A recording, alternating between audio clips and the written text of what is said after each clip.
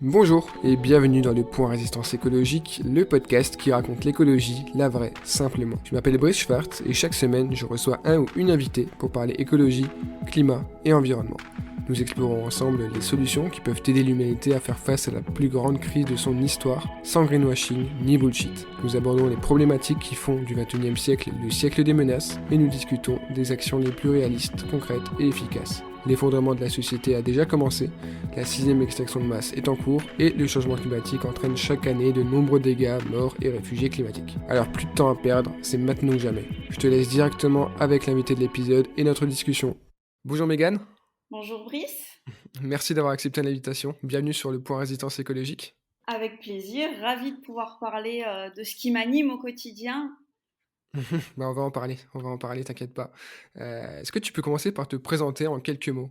Oui, donc moi donc je m'appelle Mégane Forestier, je suis communicante digitale de formation depuis 2015. J'ai été freelance en marketing digital, quelque chose de tout à fait classique, rien à voir avec la communication responsable. Et suite à plusieurs événements qui sont arrivés dans ma vie perso et pro, je me suis mise à vouloir faire coïncider mes valeurs professionnelles et personnelles et donc à essayer de trouver une entreprise qui serait pour moi responsable tant d'un point de vue écologique que d'un point de vue purement communicationnel. Ok, très clair. Donc tu fais de la communication responsable. Est-ce que tu peux nous dire d'abord, en quelques mots, de quoi il s'agit? On abordera ce sujet un peu plus tard, plus en profondeur, mais en quelques mots, comment tu décris cette activité? Alors, la communication responsable, en fait, c'est purement de la communication normale comme on a l'habitude d'en voir. La seule différence, enfin j'ai envie de dire les deux seules différences, c'est que d'un côté, elle va prendre en considération l'impact qu'elle peut avoir sur l'environnement. Donc le but, c'est d'essayer de diminuer cet impact-là. Et d'un autre côté, on va aussi essayer de respecter au maximum une déontologie et une éthique stricte de manière à avoir un impact positif sur les gens et non pas à faire de la communication entre guillemets, j'aime pas ce mot, mais manipulation. C'est pas du tout ça la communication responsable, c'est même à l'opposé. Ok, très intéressant. Donc tu fais ça pour Arcadie, Oui, c'est là où tu travailles actuellement. Tu peux m'en dire quelques mots? donc Arcadie, c'est une entreprise qui commercialise sous deux marques, Cook et l'Herbier de France, des épices, plantes et aromates uniquement bio. Donc on a plein de labels différents pour ça. On a les labels évidemment Eurofeuille et AB, mais on a aussi un label bio entreprise durable qui est un label RSE développement durable. On a un label de commerce équitable sur certains produits et un autre label de biodynamie sur très peu de produits, mais qu'on espère développer. Et en plus de ça, Arcadie a la particularité d'être une entreprise qui a un mode de gouvernance en holacratie, qui a un mode de gouvernance qui va définir clairement les rôles et autorités de chaque employé, permettant en fait à chacun d'avoir son expertise, ses autorités bien définies et du coup d'être autonome. Donc, par exemple, moi, je travaille en tant que chargée de communication digitale. Tous les posts que vous voyez postés sur Facebook et Instagram d'Arcadie, c'est moi qui les produis, mais il n'y a que moi qui les valide. Personne d'autre n'a autorité pour me dire ce que je dois faire ou ne pas faire. Donc ça, Ok, c'est un peu la particularité d'Arcadie. Et c'est une entreprise qui est extrêmement engagée dans l'écologie et le développement durable. ouais, ça marche. Je vois un peu le type d'entreprise, le type d'organisation.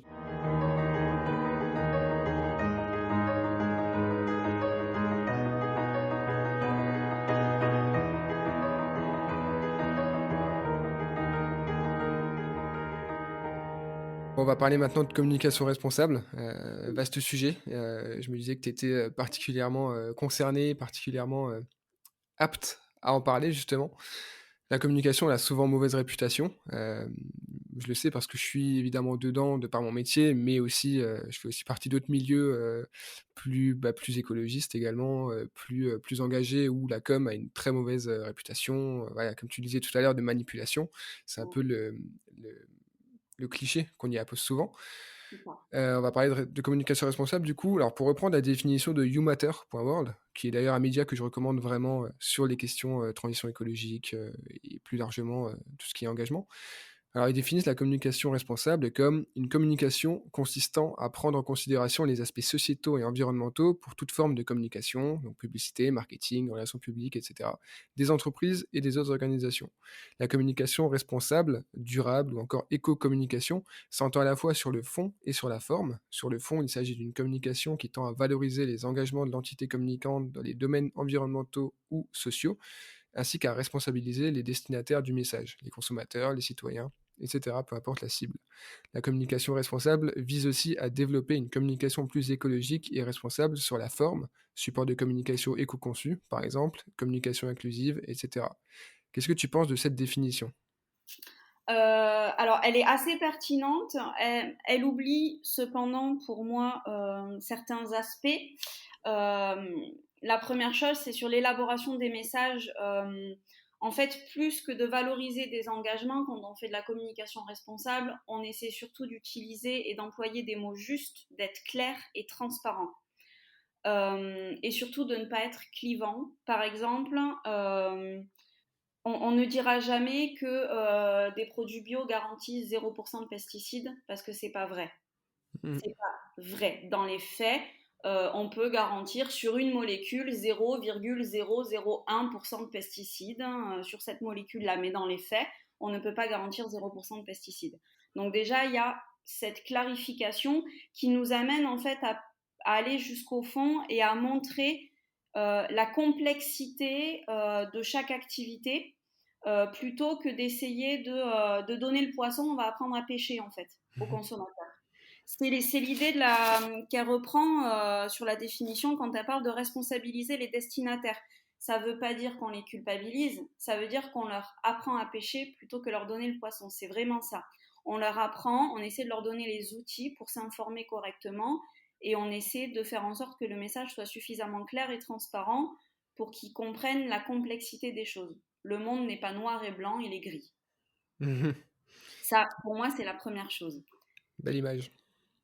Ensuite, la seconde chose, c'est sur l'éco-conception. C'est vrai qu'en fait, le principe de la communication responsable, c'est de trouver, je dirais, un juste milieu entre l'impact qu'on peut avoir sur l'environnement de manière à le réduire, à ce qu'il ne soit pas trop important. Et à côté de ça, pouvoir quand même communiquer, puisque la fonction même de communication, c'est de transmettre des valeurs et un message. Donc, pour ça, il faut communiquer. Et moi, travaillant dans une entreprise, le but d'une entreprise, c'est d'être rentable. Si je ne communique pas sur ce qu'elle fait, sur ses produits, je n'existe pas, je ne sers à rien. Donc voilà, il faut trouver un équilibre entre des supports éco-conçus et en même temps des messages valorisants. Donc Mhm. c'est là que le fond et la forme doivent trouver une utilité. Je prends souvent l'exemple des stories Instagram, puisque moi je travaille essentiellement sur le digital. Peu de gens ont conscience de l'impact énorme du numérique qui représente actuellement 5% Mhm. des émissions de gaz à effet de serre mondiaux. C'est quand même énorme. Ben moi, les stories Instagram, par exemple, on en fait très très peu parce que c'est du contenu à faible valeur ajoutée. Sur une story Instagram, on raconte peu de choses et en plus de ça, ça n'a pas une très grande durée de vie. Ouais, bah, Donc, l'écologie digitale justement, l'écologie digitale, c'est toute la dimension du coup qui s'intéresse à la pollution numérique. Inès Leonarduzzi de, Digital for the Planet en parle pas mal. C'est vrai que on en parle de plus en plus. Bon là, il y a des choses de pire en pire qui commencent à émerger. Par exemple, l'impact énorme du Bitcoin, de la blockchain par exemple, ce qui fait partie du digital. Mais, c'est vrai au final, que ce soit Netflix, que ce soit d'autres, services de streaming, de vidéos et cetera, ça consomme énormément. exactement. Donc c'est pas toujours facile, mais il faut intégrer cet élément-là dans la communication.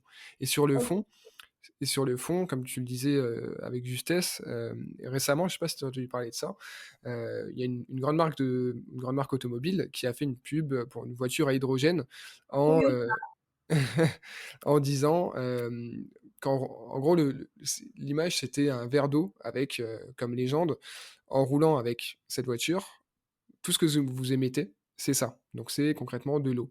Sauf que ça prend pas du tout en compte tout le cycle de vie du produit, toute la production, tout l'après. Alors effectivement, en roulant, en prenant sa voiture, en allant du point A au point B, on va émettre de l'eau. Certes, c'est de l'hydrogène, voilà, c'est c'est le principe du moteur hydrogène. Mais c'est tromper le consommateur, en fait, en lui faisant croire que, c'est uniquement sur ce point-là que les émissions se jouent. Exactement. Et c'est ce que je te disais, c'est là où en fait certaines marques peuvent avoir tendance à vouloir simplifier les choses parce que sinon le consommateur, pour elle, ne comprendrait pas. Mais c'est faux. Mmh. Nous, on le voit à Arcadie de plus en plus en termes de communication externe sur les messages qu'on fait passer. Les gens ont besoin de cette complexité, ils ont besoin de comprendre. Très souvent, on vient nous dire, oui, vous avez choisi des flacons en PET, même s'ils sont 25% recyclés, au lieu de prendre du verre, je comprends pas, il faut arrêter le plastique.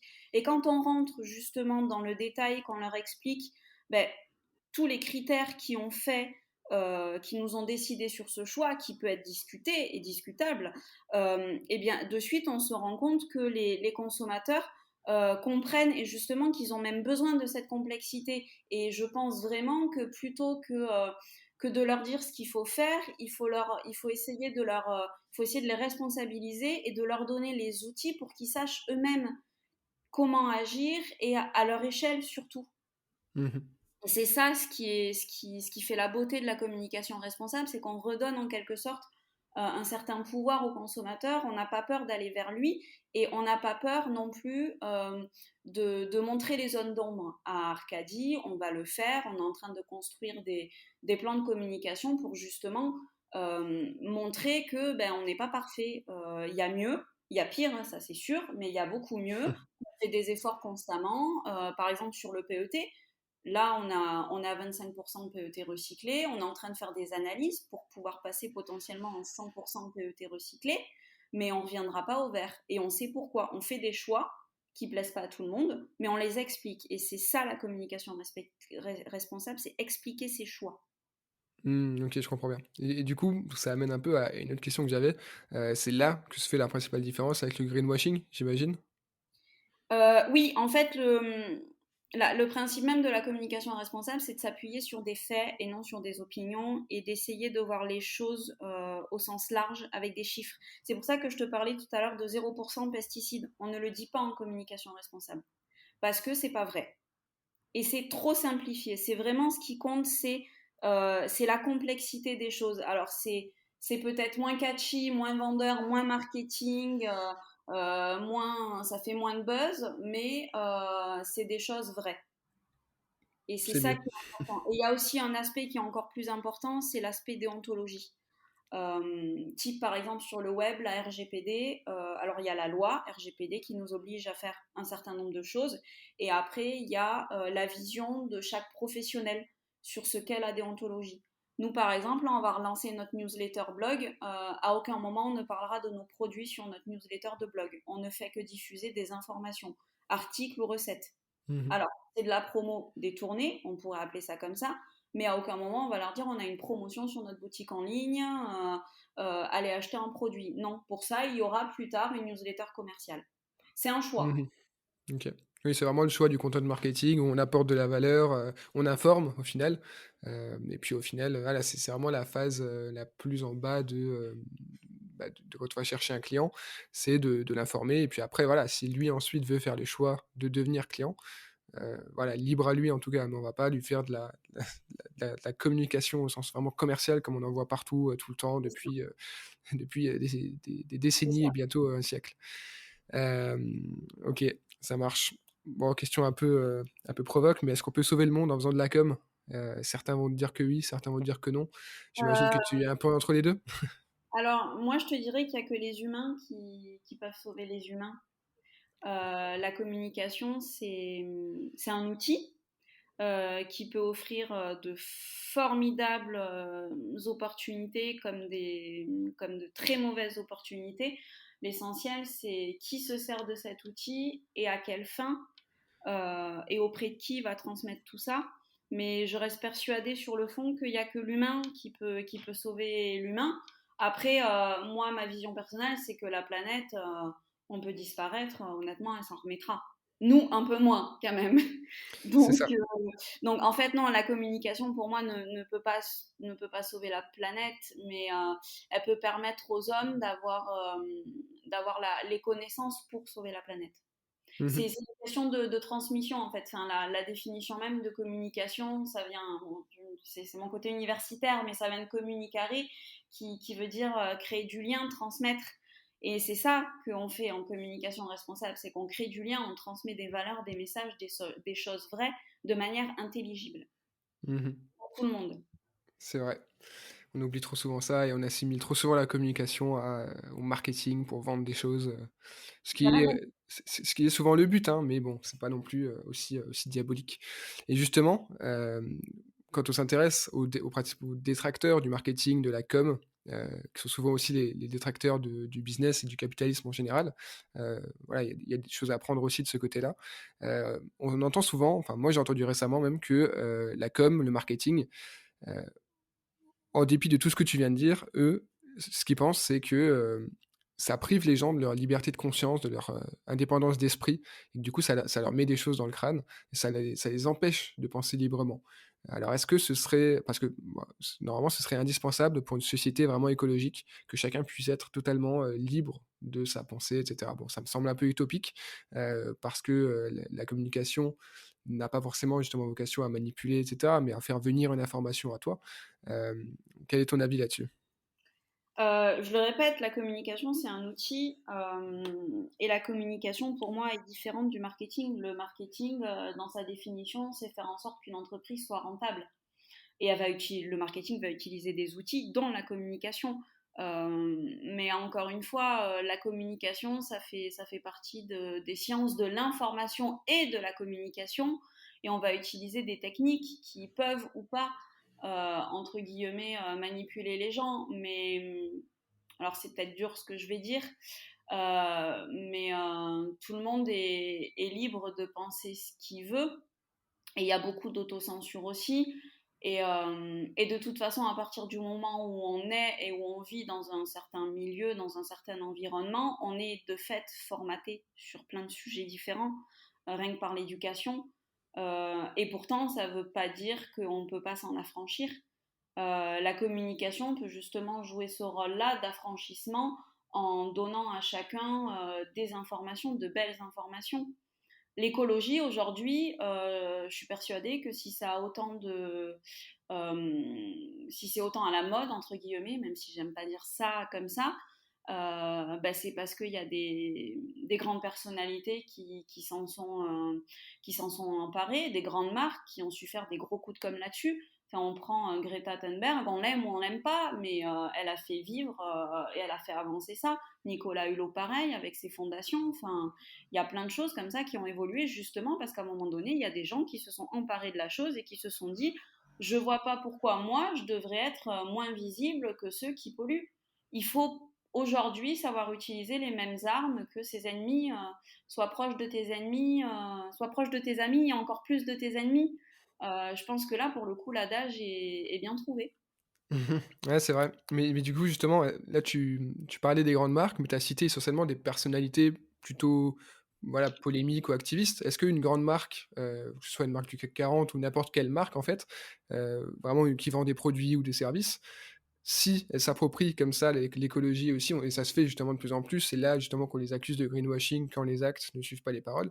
Est-ce qu'elles sont aussi légitimes? Est-ce que, si on prend par exemple, des grandes compagnies aériennes, hein, françaises, notamment, qu'on ne citera pas évidemment, on reconnaîtra pas du tout de qui il s'agit, mais qui communiquent sur, l'écologie en fait en faisant, alors ils savent qu'ils font vraiment partie du problème, mais pourtant ils communiquent sur, leur transition écologique, c'est limite, une grande partie de leur stratégie de communication.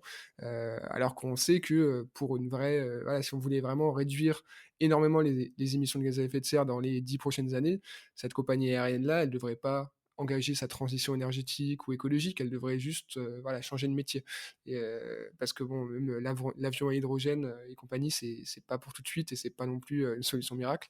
Mais voilà, est-ce que n'importe quelle grande marque, si elle dit des choses vraies pour sensibiliser, pour informer, pour communiquer, mais que derrière, dans les actes, c'est pas parfait ou c'est même pas du tout parfait, est-ce qu'elle est quand même légitime de le faire? Bah oui, puisque personne n'est parfait. Enfin, C'est nous, vrai? à Arcadie, on n'est pas parfait. Regarde, on produit du plastique en vendant des épices. Et je pourrais même aller plus loin en te disant, est-ce que vraiment les épices, c'est un besoin? Non. On n'a pas besoin d'épices pour vivre, on n'a pas besoin de prendre l'avion pour vivre. Pour autant, à l'heure actuelle, si on arrête de commercialiser des épices, tu mets plus de la moitié des Arcadiens à la porte et dans la précarité. C'est le problème de... En fait, là, c'est plus un problème systémique. C'est tout un modèle économique mondial qu'il faut réinterroger et le problème est extrêmement complexe.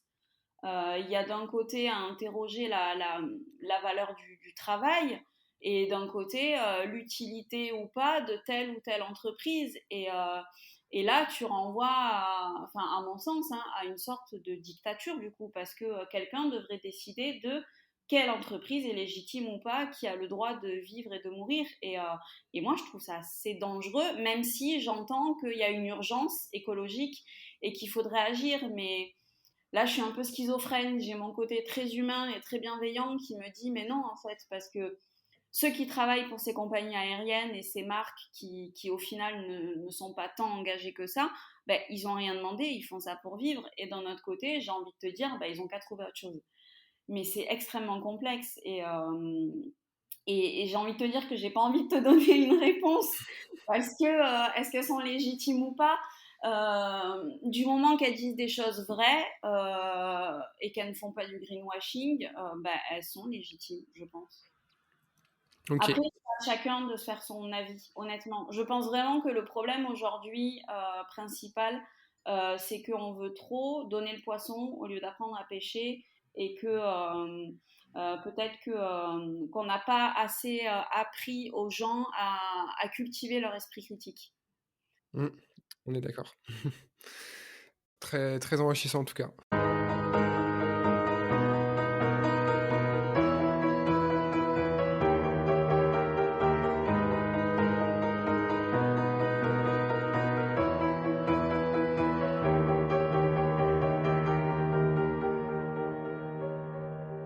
On va passer à la dernière partie, les questions rituelles.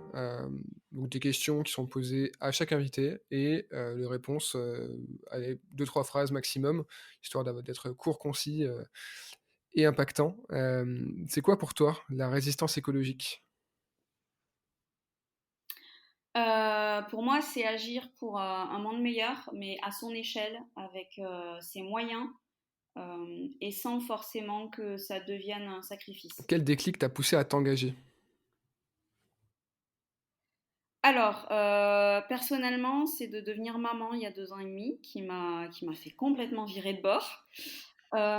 Et en termes de profession, c'est parce qu'en tant que freelance, j'avais trop de clients qui passaient outre la déontologie, qui me demandaient de mentir ou de cacher certains aspects pour convertir et avoir des leads et de la visibilité. Comment t'informes-tu sur les sujets liés au climat et à l'écologie en général? Alors, moi pourtant qui travaille dans le digital, je m'informe très peu via des blogs ou les réseaux sociaux parce que les avis sont souvent trop polarisés et trop clivants. Mais du coup, j'ai la chance d'être dans une entreprise où il y a des véritables encyclopédies de l'environnement, de la biodiversité, de l'agroécologie, économie et tout ce que tu veux. Du coup, je vais demander à des collègues de me donner des bouquins. Je suis digitale native, mais j'adore les bouquins.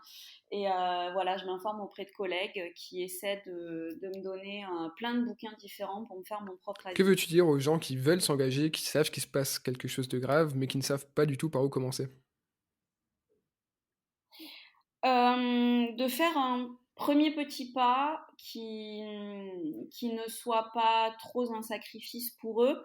Le reste coulera de source. Par exemple, moi, ça a été de commencer à faire ma lessive toute seule. Ça me prend un quart d'heure tous les 2 mois et ça me va très bien comme ça. Je fais d'autres choses évidemment, mais disons que mon premier conseil, c'est d'essayer de faire un petit pas, d'y aller étape par Et étape. comment est-ce que tu envisages notre avenir commun à tous dans les années à venir? Ça dépend des jours.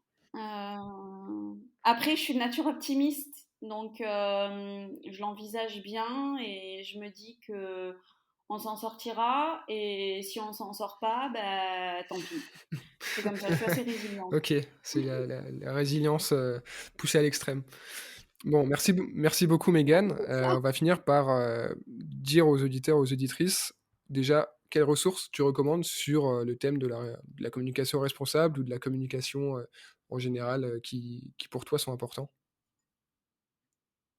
Alors, l'ADEME fait de super guides. Ils ont un guide sur la communication responsable qui réédite régulièrement. Ils ont un guide anti-greenwashing. Ils ont des guides sur la pollution numérique aussi. Et il y a aussi le Green IT. C'est beaucoup plus technique, c'est sur le digital pour le coup. Mais il y a le Green IT qui fait un excellent travail là-dessus. Après, sur les réseaux, pour citer des gens, on peut suivre Camille Poulain qui travaille beaucoup sur toutes les questions de publicité, de l'éditorialisme aussi.